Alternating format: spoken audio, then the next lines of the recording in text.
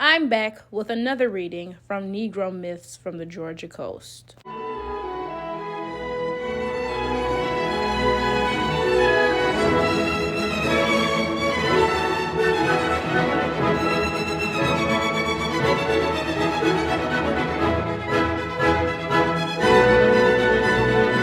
The King and His Ring.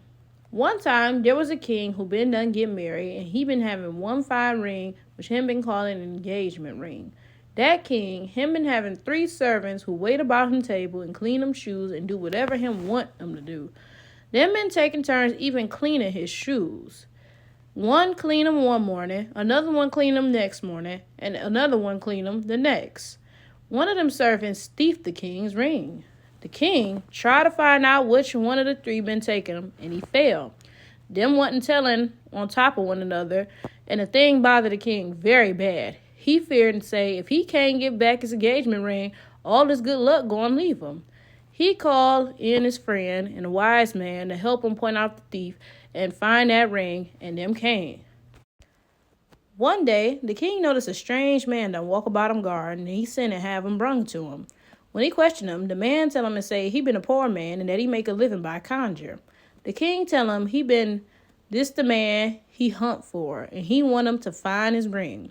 He make him questions about when the ring took and who he think thief him, and he say he gonna give him 5 days time to point out the man who been taking the ring and make him turn him. More than that, he promised him big money if he get back the ring within the 5 days.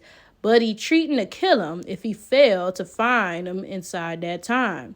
He charged his servant to take good care of the conjure man and feed him high. The real name of this conjure man been Robin, but him ain't been give this name to the king. The conjure man tried to find out the thief, but he missed. 4 days gone, and the ring ain't found. The conjure man, him very sad, and he feared to say he gonna fail, and the king gonna take his head off. The morning of the 5th day, the king get up soon and pleasure himself by taking a walk in the garden. While he done stand over one berry tree, one robin redbreast, who been a-eating the berry, choke and fall to the ground. The king pick him up, and he dead in his hand. Then he take him and wrap him up in a handkerchief and put him in his hat. He then sent for the conjure man, and he tell him he almost out of time, and that if he don't find the ring by sundown, he gonna kill him. He say to him, Moober, I don't know what Moober means, that he doubt him, and that he ain't believe he can conjure nothing at all. That if he can conjure, he must tell him right off what he got in his hat. The conjure man so scared, he ain't say nothing except pitying himself and say, Po Robin, Po Robin. The king take him to say he been meaning the bird, and his confidence rose, and he make answer, you right. Me is having one robin in me hat, and because you tell the truth, we gonna give you 6 days more to find out who thieved the ring. The conjure man real glad, and the thing make the king and all his friends and all the servants believe till you say he can conjure for true. The 3 servants who been in cahoots to thief the king ring and who been knowing all about him begin to fear, say them been gone to get find out. The next morning, when one of them servants come down with the king's shoes, the conjure man point his finger at him and say, you there, one of the thief. The man look condemned, but he make answer and say, him ain't. The next morning, when the other servant fetched the king's shoes down to clean them, the conjure man point a finger at him and say, you there, another one of them thief.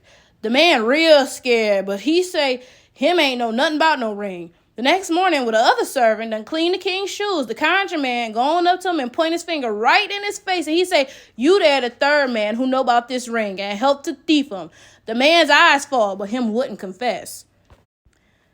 That same evening, all 3 of the servants, them come to the conjure man and fetch the ring and confess and say them been take them, and them beg the conjure man to fix a plan to clear them. Him so glad him get the ring, him promise to do just as them say. So he tell them to catch him one big turkey gobbler to him. Them go and catch the biggest in the gang and bring him to the conjure man. He take the ring and he mix some long corn flour and he poke him in the turkey gobbler craw. Then he mark the bird so him can know him again, and he turn him loose. The conjure man, him going right off to the king, and he tell him and say he can point out where the ring day. The king, him very glad, and he collect all them friends to see the conjure man point out the ring. When them all together, the conjure man, him asked the king to have all them turkey dry before him. The king, him do so.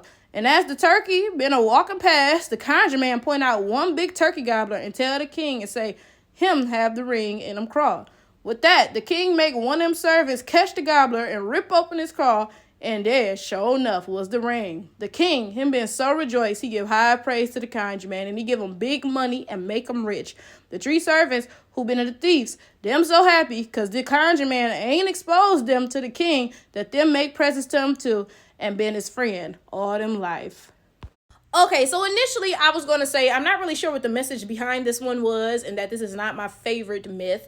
But I will say this. On second thoughts, what I take from this is that everybody can win when the poor people work together against the rich people. That's what I took from this, right? Because the servants were broke. Realistically, ain't nobody choosing to be a servant because that's what they want to do. They doing it because they broke, right? And it must not pay too hot if you continue to be a servant and you never rise into the rich class, right? So the servants stole this ring, and when they realized, oh, the conjure man is on to us, right? Which I don't know how he was on to them, because we all know he was a hoax, but whatever, right? They came to him and were like, hey, we got the ring, but please, can you come up with a plan so that we don't get killed, right? And the conjure man did. He could have easily been like, fuck y'all. He could have easily been like, hey, they stole your ring, go ahead and kill them, give me the money, right? But no, he came up with a plan that saved them, and he still got his riches and stuff, right? So I think that this myth is about broke people sticking together against the oppressive ruling class. That's what I'm taking from it. I will say this is still not really my favorite myth, but I do think that it's a good message, though.